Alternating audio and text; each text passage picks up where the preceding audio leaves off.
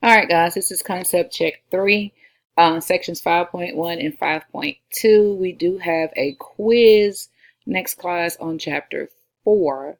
So make sure you go back and look at those. But this is concept check 3, sections 5.1 and 5.2, which is chapter 5.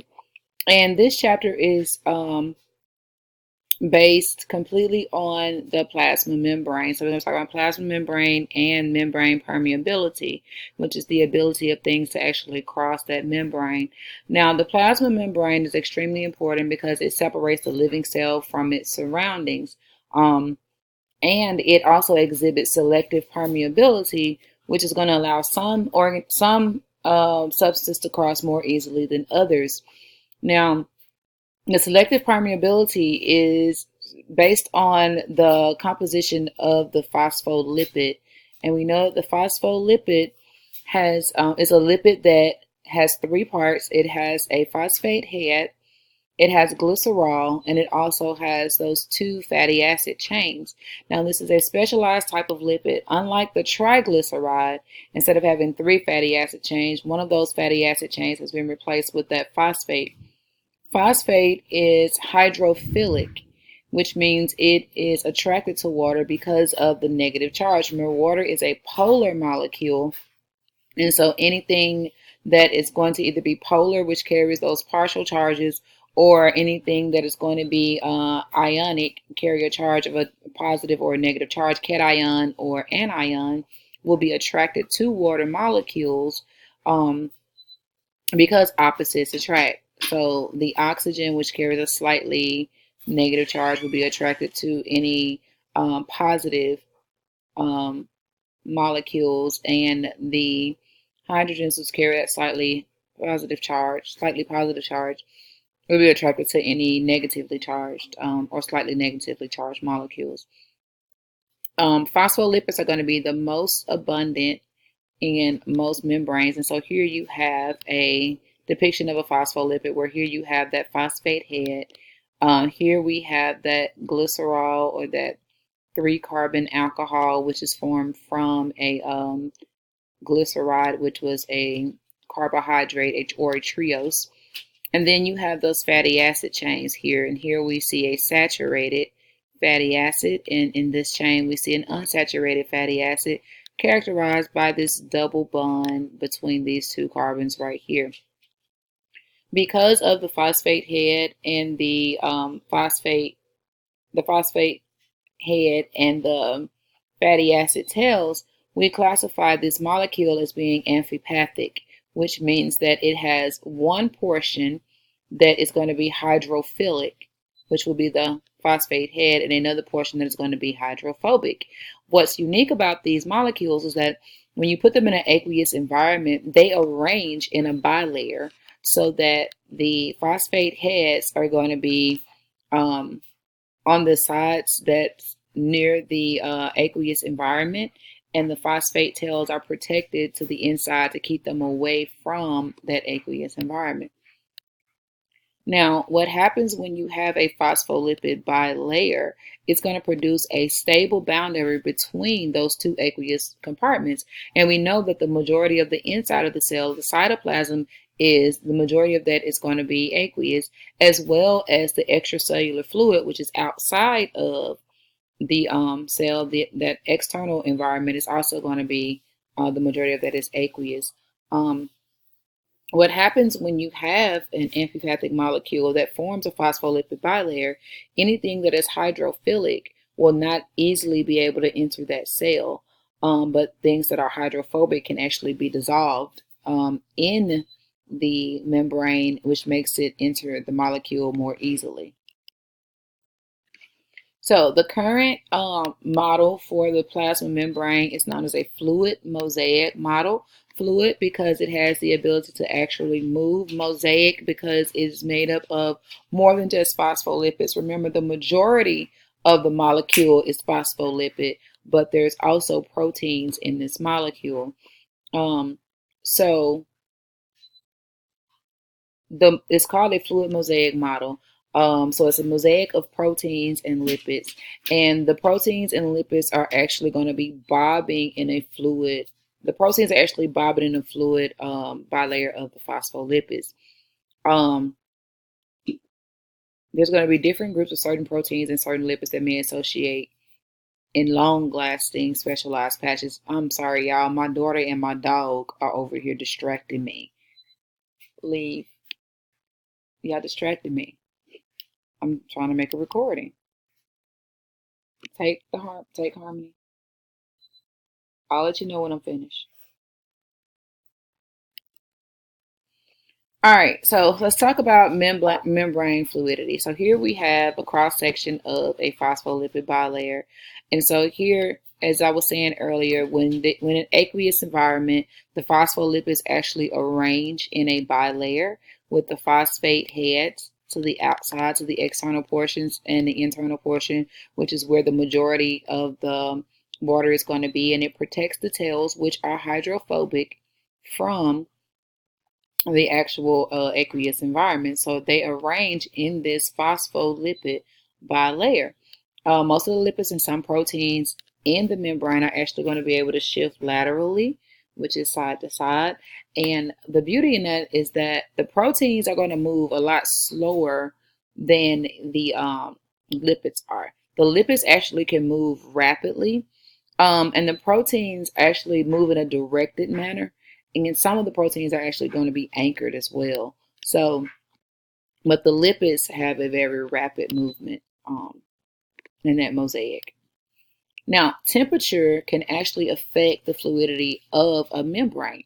And the worst thing that can happen to a cell is for the membrane to lose its fluidity, because once the membrane becomes viscous or kind of thick, like a really, really thick syrup, it loses its ability to have that selective permeability, or loses the ability to have permeability. So once it goes from a fluid to a solid, then the cell can no longer transport nutrients or waste or energy across that plasma membrane.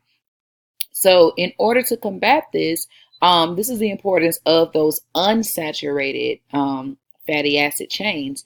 As you can see here, the unsaturated chains have kinks and bends in them. And because of those kinks and bends, even when the temperature drops, because this happens as the temperature starts to cool, when the temperature drops, the kinks and bends prevent the phospholipids from packing tightly together.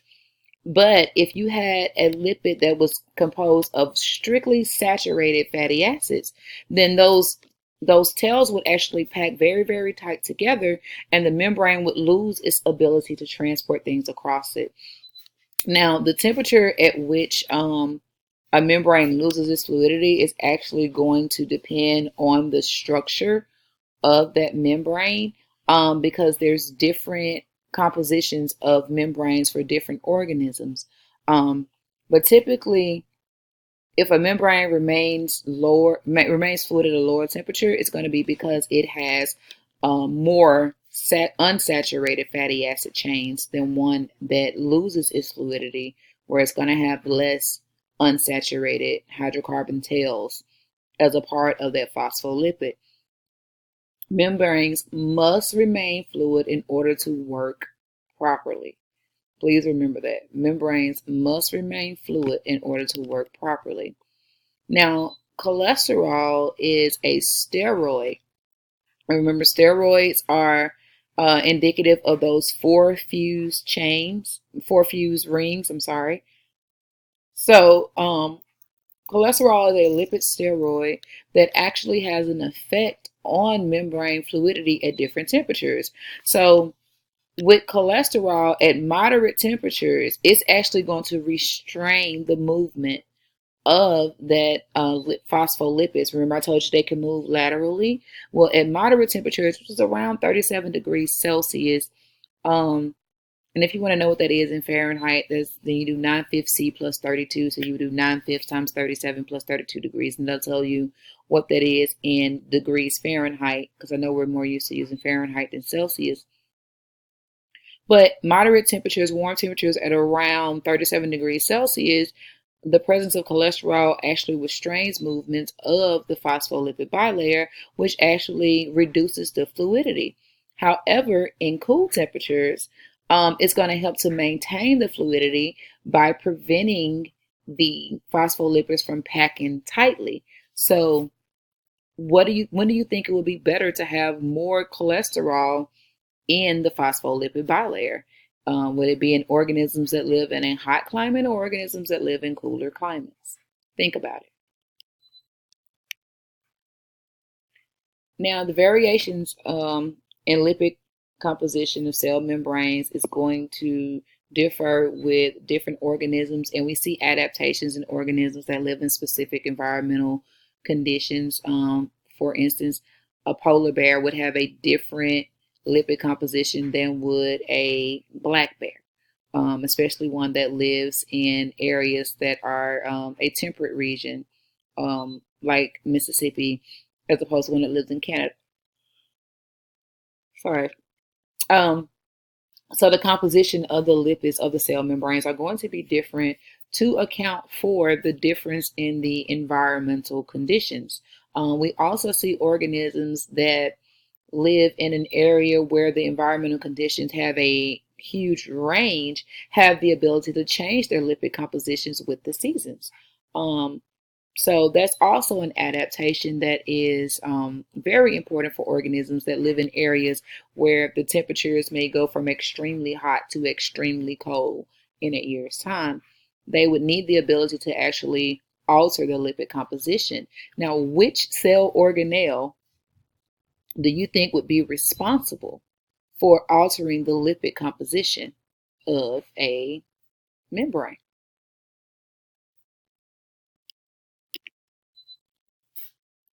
Let's talk about the importance of proteins in membranes. Again, a plasma membrane is a fluid mosaic model, meaning that there's the phospholipids, but there's also proteins that are embedded. In that membrane, the proteins themselves can be different, and the proteins are going to determine what the function of that particular membrane is going to be. There's two main types of proteins that can be a part of the membrane. You have your integral proteins, which are proteins that actually penetrate the hydrophobic interior.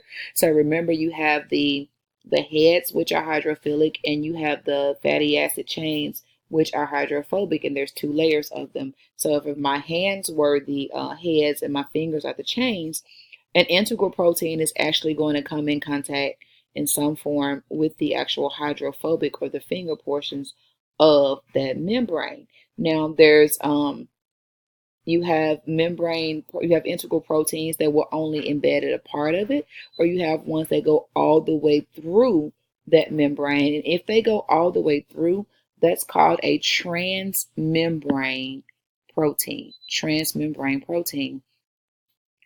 Integral proteins are going to have hydrophobic regions that consist of one or more stretches of non-polar amino acids. And so those non-polar amino acids are often going to arrange in what's known as an alpha helix. Remember the secondary structure of protein folding, primary being the sequence of amino acids, and secondary you either have the beta sheets or the alpha helices. Well, the alpha helices are in a transmembrane protein or an integral protein are going to be composed of non-polar amino acids. And here, if you look at the diagram over here, you can see the N terminus, which is going to be the amino end, and the C terminus, which is going to be the carboxyl end of this polypeptide. And remember that this is also showing directionality because, is that a word? I hope so. Because these amino acids have to arrange in such a way that the peptide bond is being formed between the carbon in the carboxyl group and the nitrogen of the amino group. So you get that repeating nitrogen, carbon, carbon, nitrogen, carbon, carbon, which gives you one end that has an N terminus because the amino group is on that end. And the other end is going to have that C terminus because the carboxyl group is going to be on the other end. In addition to integral proteins, the second class of proteins are called peripheral proteins, which means they're going to be attached to either the cytoplasmic or the extracellular side, one side or the other. They're loosely bound to the surface of the membrane. They do not penetrate the hydrophobic interior of the membrane. So we see these a lot, especially when we talk about cell communication. They help with transmitting signals or with cell-cell recognition. Now, when we talk about the actual proteins themselves, proteins have 6 major functions. Those major functions are going to be transport, enzymatic, signal transduction, cell-cell recognition, intracellular joining, and attachment to the cytoskeleton and the extracellular matrix, which we can see here. So we have our transport proteins, where we either have a carrier protein or a protein channel. We have our enzymatic activity. We're going to have signaling molecules. We'll talk a lot about that with the rest of Chapter 5 in another unit for cell communication. We have our cell-cell recognition, intracellular joining, and also attachment to the cytoskeleton and the extracellular matrix, which is going to help with maintaining the actual shape of the cells. So let's talk a little bit more about transport proteins specifically. Now, organisms, molecules that are large or hydrophilic, meaning that they are either polar or ionic, cannot simply cross the plasma membrane. Anything that is hydrophobic or anything that's nonpolar, so hydrophobic things are nonpolar, these substances can cross the plasma membrane more easily. But if a substance is large, polar, or if it is ionic, meaning that it is hydrophilic, so polar and ionic are hydrophilic, also meaning that they are, what did I just say? I lost train of thought. I'm sorry, y'all. It's been a long day. Polar, hydrophilic. That's what I meant to say. Okay. Anyway, any substances that are hydrophilic, which means that they're polar or ionic, have to actually cross through a membrane protein or a transport protein. Now, these proteins can either be channel proteins or carrier proteins. The thing to remember about these is a channel protein is always open. It's always open, and it allows the specific substance that can cross through that protein to cross. Usually you're going to have ions or certain molecules. Now, channel proteins are specific. Remember, proteins are specific. They have specificity for certain things, but channel proteins are very specific, as are carrier proteins. Now, a carrier protein is actually a protein that has to make a conformational change in shape. So it may be open, let's say, for instance, the extracellular side, and then it will bind to a particular substance. And when it binds, the binding of that substance causes a change in shape. And when the shape changes, it allows for the substance to enter to the opposite side of the membrane. And once that substance is released, it goes back to its original shape. So carrier proteins are going to have to make a conformational change in shape, whereas channel proteins is just that. It's a channel and it's open. Again, these transport proteins are specific to the substances that they move. So if it is a sodium-potassium pump, it's going to move only sodium and potassium.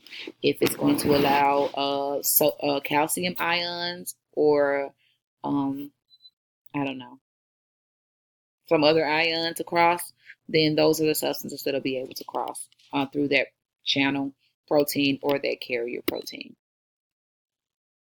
Carbohydrates also play a significant part in this fluid mosaic model. Remember mosaic because it has multiple things that make it up, the main thing being the phospholipids.